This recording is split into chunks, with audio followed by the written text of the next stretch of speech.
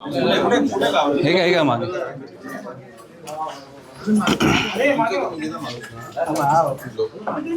ठीक आहे राईट साईडचं ए मागे या मागे या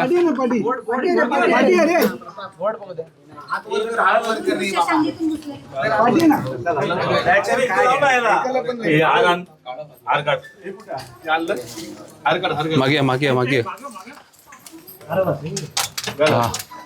अरे काय केलं यार सर क्रॉस हो क्रॉस हो क्रॉस हो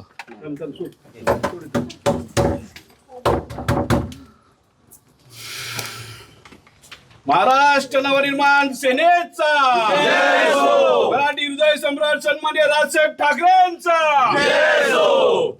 या असल्या प्रवृत्ती लोकांचं करायचं काय? खाली डोकं वर पाय. असल्या प्रवृत्ती लोकांचं करायचं काय? खाली डोकं वर पाय. या कावऱ्याचं करायचं काय? खाली डोकं वर पाय. या कावऱ्याचं करायचं काय? खाली डोकं वर पाय. महाराष्ट्र नवनिर्माण सेनेचा मराठी हृदय सम्राट सन्मान.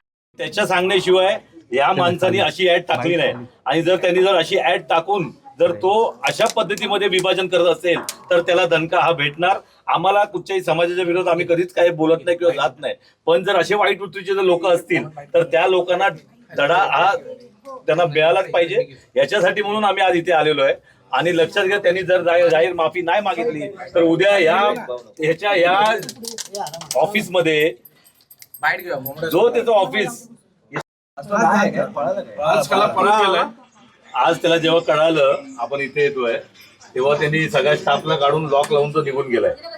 आज हा कावरे जो आहे याच्या वडिलांचीच कांजूरमध्ये 4 ते 5 नॉनव्हेजची दुकान आहेत आणि त्या नॉनव्हेजच्या दुकानावरती हा माणूस मोठा आला आणि आज त्यांनी रुणवालमध्ये जो चाळीत राहायचा तो माणूस रुणवालमध्ये गेला, त्याची प्रगती झाली. आम्हाला त्याचा अभिमान आहे मराठी म्हणून. परंतु असल्या नीच वृत्तीच्या आणि असल्या घाणेरडी वार्ता करायच्या नाही हे त्याला तुमच्या मार्फत त्याला आम्ही सांगू इच्छितो. आज हा फक्त हार घातला याला. याच्या पुढे जर यांनी असं नुकते वक्तव्य केलं तर याच्या पुढचे परिणाम काय होतील हे त्यांनी विचार पण करू नये. त्यांनी आता जाहीर माफी मागितली पाहिजे. इथे नॉनव्हेज व्हेज अशा पद्धतीत लोकांचं विभाजन करू नयेत यासाठी म्हणून आंदोलन आहे. आमची लोक तेवढे आता धंद्यामध्ये आहेत, तेवढं 6 करोड 5 करोडची घरं आमची लोक आता एफोर्ड करू शकतात. पण जर असे नियम लावून मुद्दा म्हणून आमच्या लोकांना जर मराठी माणसाला जर ज्या मुंबईमध्ये धंदा करून तो मोठा झालाय तिथेच आपण असं वाटतंय जर यांनी आता असं केलंय की 2 विभाजन केले आहेत. आता याच्यामध्ये तुम्ही समजू शकता की मराठी माणूस म्हणजे क्षत्रिय आहे, तो तर नॉनव्हेज खाणार. मग तुमच्या मनात काय आहे?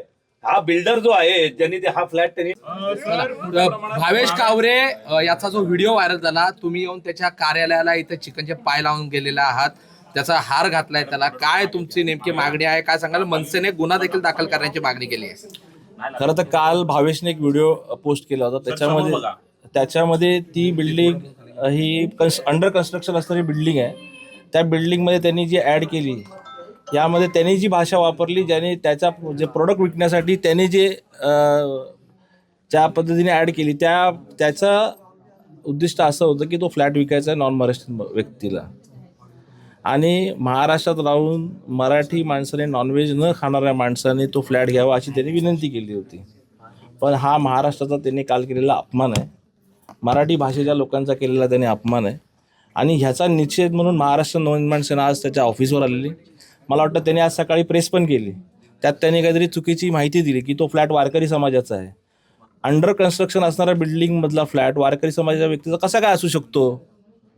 कारण मी स्वतः विकासक आहे, मलाही माहिती आहे काय नियम आणि कायदे आहेत ते.